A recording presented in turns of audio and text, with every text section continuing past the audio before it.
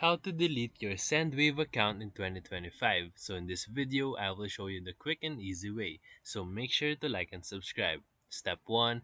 Open the Sendwave app on your phone and sign in with your registered email or phone number. Ensure that you have a stable internet connection to avoid disruptions. Step 2.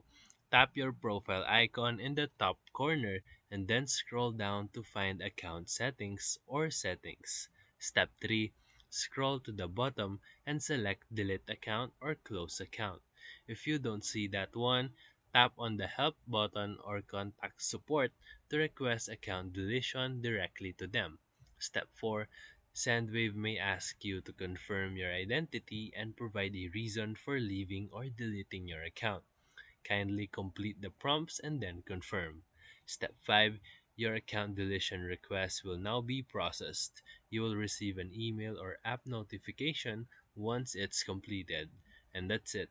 So if this video helped you, feel free to like and subscribe for more videos. Thank you for watching.